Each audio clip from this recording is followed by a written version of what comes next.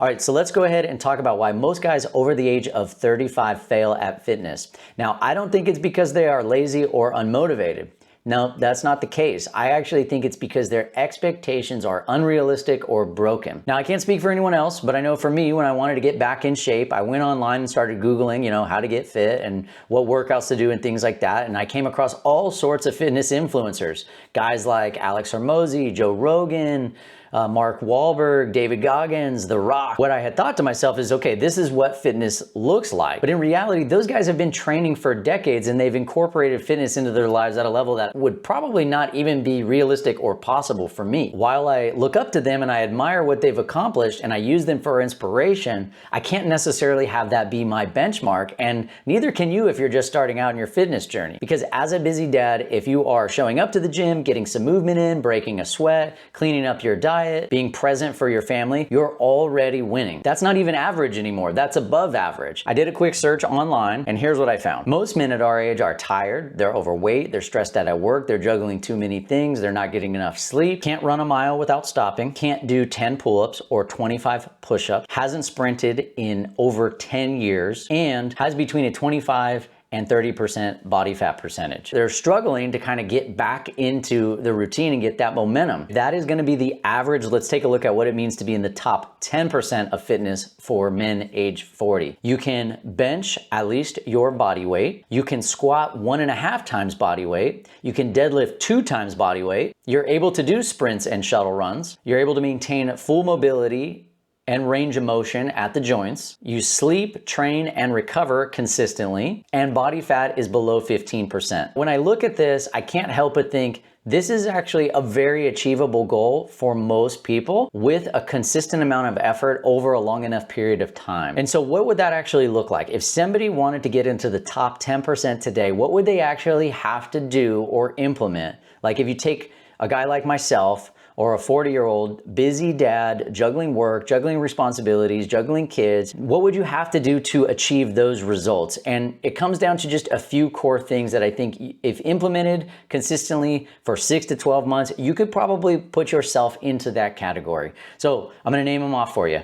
One is exercise 3 to 4 times per week with high intensity interval training, short workouts, less than an hour each time. On top of that, we'll need to clean up the diet. We need to prioritize protein at every single meal, target 1 gram of protein per pound of ideal body weight. We need to be able to sleep maybe 7 to 8 hours a day. I know that is really tough because schedules can be super inconsistent, but 7 to 8 hours should be the target. And we need to hydrate ourselves consistently. I try to target about 1 gallon of water a day, although it's really difficult. So if I fall short, if I get maybe 3/4 of a gallon, I consider that a win. And a couple of other things with the diet is you wanna minimize the added sugars and minimize alcohol consumption. If you can do that consistently, you're going to start seeing results, but it doesn't take 2 weeks. It doesn't even take 2 months. I mean, if you can do this consistently for 6 months to a year is when you're gonna start really seeing meaningful results. You do it for 3 years, you're gonna look like a different person. I think the primary message that I wanna convey in this video here, sort of incentivize and reward the consistent behaviors that we're doing each and every single day and consider those a win, as opposed to focusing on the results, especially when comparing ourselves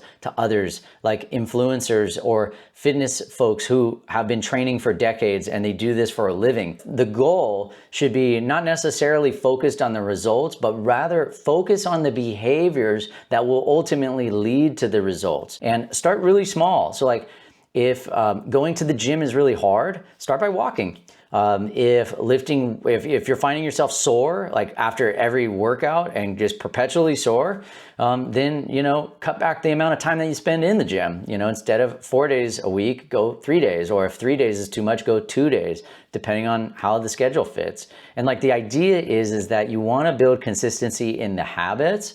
And then as you build momentum, you can start stacking on top of that. So if you're new today and you want to get back in shape, then I would start by breaking off small little bit-sized pieces. So if you haven't set foot in a gym, maybe that's the first step. Walk into the gym, sign up for a membership, and put in a workout. If you're unsure what to do in the gym, you can start doing some Google searches. Or if you want, you can also check out our school community. I post the workouts that I do every single day. Now, once you start going into the gym consistently and you get a little bit of momentum, then maybe you can start adjusting the diet, right? Maybe you could start having some more protein at every single meal.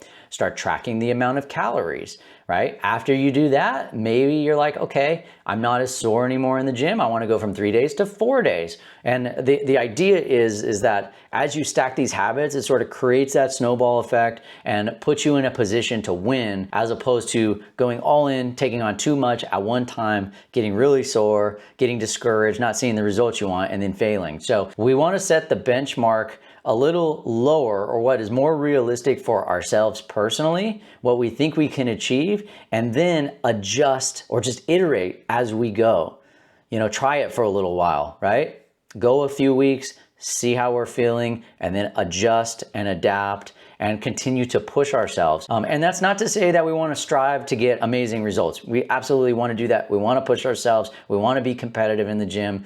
That's a big one, but we don't want to be comparing ourselves to like an elite level fitness athlete that's been doing this for 20 years. It'd be like, you know, taking up golf for the first time and trying to compete with Tiger Woods. It's just never going to happen, right? So set the bar a little lower, set expectations a little lower, and then focus on progress over perfection. All right, I think that's gonna wrap up today's video. If you got any value out of this, consider liking and subscribing.